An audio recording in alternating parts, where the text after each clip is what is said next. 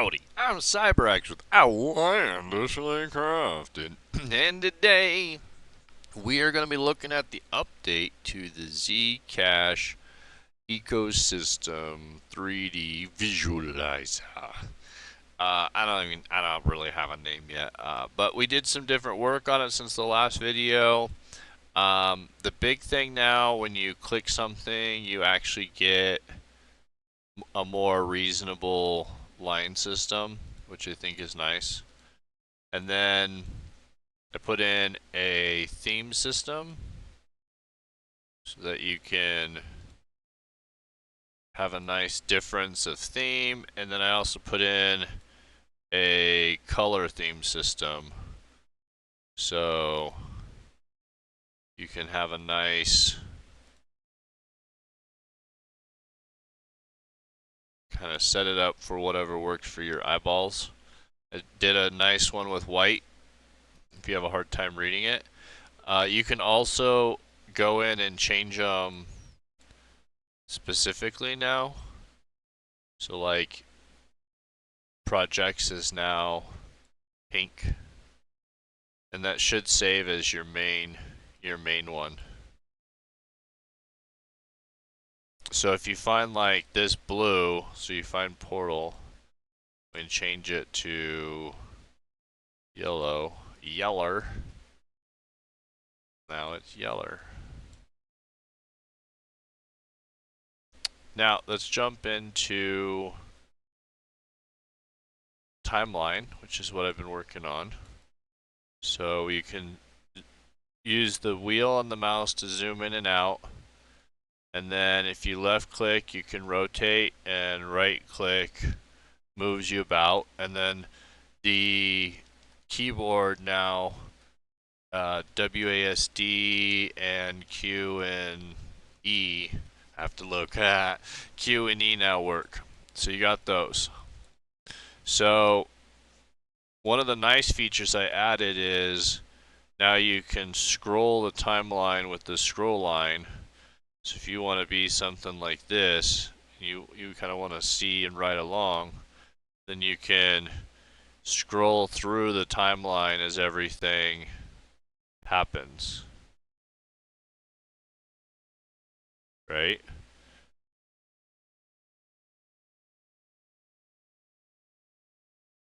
So that's nice. That makes it a lot easier. And then I also added scaling. So now the timeline will scale smaller. You can see it's really small now. Or as we add more data, you can scale it out a lot bigger, so it's a lot easier to come in and look at specific timelines or specific points in time along the path. It just depends on what you're looking for. Like if you're just looking for overview, then this is a really nice overview. But if you really want to get into like ultra detail, you can see like some of the text starts overlapping, and I'm not really sure a good way to solve that because there's just so many categories. Oh, and then if you click something, so say we click this guy, now when you left click, it switches to orbit view, just to make it easier on you to be able to say, oh, okay, well, I want to be clicked on, zebra, and then you can kind of zoom and orbit around, and then you unclick it and it'll take it back off orbit. Okay, so now let's look at the next step. So something like we have Nathan up here with Nate, star rating, we have it's a person, what category, they're in engineering, we have some background data, their status, the start date if they have one, and then it'd show an end date if we had one, and then connections. So you can see the connections are what connect the lines in the system. So I wanted to make this to where it can kind of manage itself over time, or you can use it how you want to. And so what I did is I made an admin portal that gives you access to all of the data. So we can come in here and we could say Nate. Now it gives us access to Nate and all of the stuff. And we could say, well, I actually think down here, Nate needs to be connected to Zcash global community, and then you put in, and I probably need to make this easier, but like say he worked for, it's just a note so you know what the connection is. So say he worked for them, then it'll add that connection. Now, because it's the internet, I don't want to have it be live, and so what you do is you export this.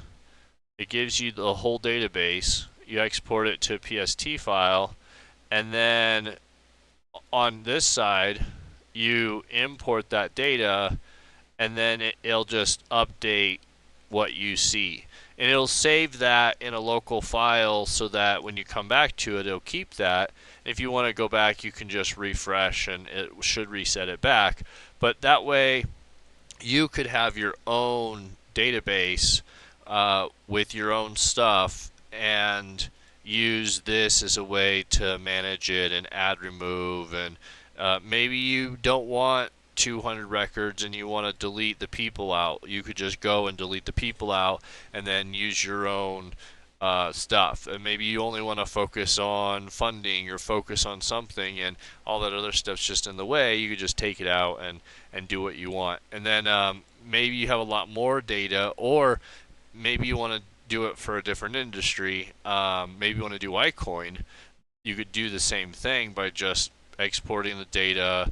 I also have a reset to default. So like if you wanted to start over, we got, it's not perfect, but if we want to start over, we reset to default. Oops. Reset to default. Oh, clear all data. I'm sorry. So clear all data then puts you on a template. So now there's only one record, and you could just start by filling out all the fields and use it for whatever data visuals you want to. So there you go. And then the star system is more or less for like the admin just to know the quality of the information. There's a whole bunch of information that is just kind of guessed or brought up, and then there's some information that's like right from the source. So having a rating to be able to say, oh, this is from the source 5 stars, is easy to be able to see like what needs to be cleaned up or changed or whatever. So there you go. This is a good start. I don't have I'm not hosting it yet, so I'll do another video with like, here's where it's hosted. I want to get more information in and get a little bit more feedback first. Maybe have backgrounds and other stuff, maybe some other views. If you have any ideas, throw them in the comments. Let me know what you're thinking. Is there something I'm missing? Am I blindsided or something? Is there some type of data that doing what you do in the community would be helpful? One of the things that I did realize recently is I think it would be helpful to add in future stuff.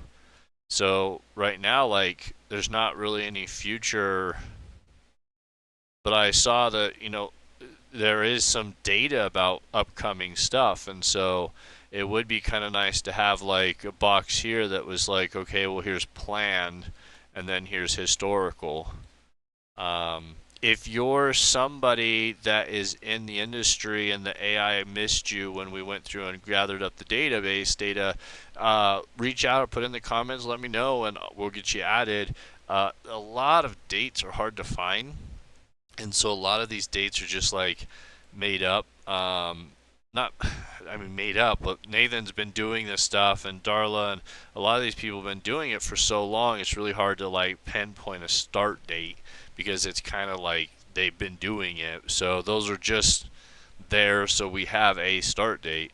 But there's a lot of other people that I just didn't have a good idea of when their start date was, because it's not documented or I couldn't find it anywhere. So if you are like a historian of Zcash community and you have a little bit of time and you'd like to like help with the database and go through and like help clean up stuff and just make it fuller, That would be really sick too. I feel like 220 entities isn't very much. There's probably, thousands that we could put in. So reach out and I'll try to figure out a way to make that happen. I can just give you access to the portal, and you could just start making changes and then export and give me the update, and I'll update the backend database.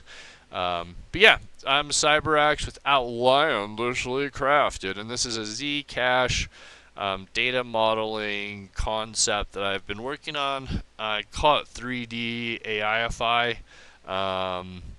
The goal is to take complex data and put it in a 3D environment, because I think the complexity of all these things in a 2D graph or 2D document or flowchart doesn't make sense because of how everything connects. So this is a good solution to try to help you visualize what's going on in the community and how many entities are doing what and where funding's going and what projects or whatever. And we can keep adding more data to it and make it more and more helpful for whatever you're doing in the industry. So thanks for watching. Like and subscribe, and comment below any feedback, or check out on the Discord, Zcash Discord channels, and the forums.